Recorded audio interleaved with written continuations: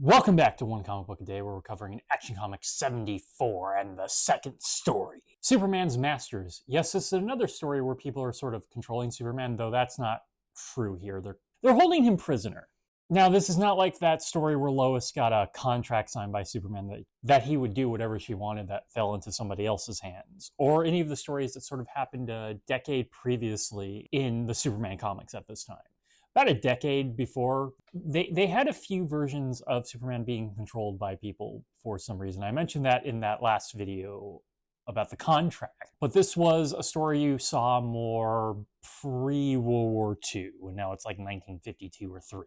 There's a meteor coming, Superman destroys it, but the radiation from the particles of this meteor falling on Earth empowers 3 people in an airplane, leading to them all having super strength. This involves a boxer, a rich man who's about to lose his business, and a woman who has a fiance because God forbid she have her own wants or needs or want to do anything. No, she has a man. That's what's important about her. All 3 don't want this to ruin their lives, so they all kind of like agree that no one's going to know they have super strength, which they entirely plan to use for their own advantage. But Superman overhears that and confronts them. They're able to overpower Superman, all 3 of them, holding him down. Superman, you defeated 3 Kryptonians not too long ago. Why are 3 superpowered humans a problem for you? That's being way too pedantic with it, but it is funny. He did defeat 3 Kryptonians before, and he can't seem to like outsmart these people right away. This is actually a problem for them, as they have to actually hold Superman the whole time. Now, the central problem with the story is it's not much of a Superman story in the sense that Superman doesn't do a lot.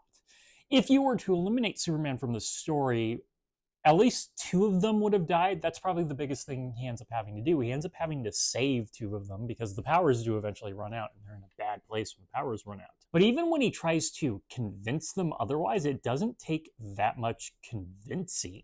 The most he does is stop a guy from cheating in a boxing match and then saving the other 2. And they're already pretty much prepared to renounce what they did from the moment they lose their powers. Even the rich guy is not that bad of a guy. He tries to fake his death because it's the only way to not leave his family poor after they lose the business. And then it turns out like his son had been saving the business the whole time. That doesn't feel like anything Superman was involved in, or even his like pep talk helped. Superman ends up just acting as someone for this plot to be told to and for it to resolve without his help. Honestly, this entire story doesn't feel like it's a job for Superman, which is surprising when you start off with the idea that 3 people have superpowers. Okay, that is it from Superman 74, Superman's Masters. They were never his masters. If you enjoyed this video, please like and subscribe, hit the bell icon to get notifications when a new video goes up. I do this Monday through Friday, but Fridays is Bat Friday, where I cover a Batman story in either Detective Comics or Batman. And until next time, let's ponder the question, whatever did happen to the Man of Tomorrow. And do you think these people died of cancer later? Okay, have a great day.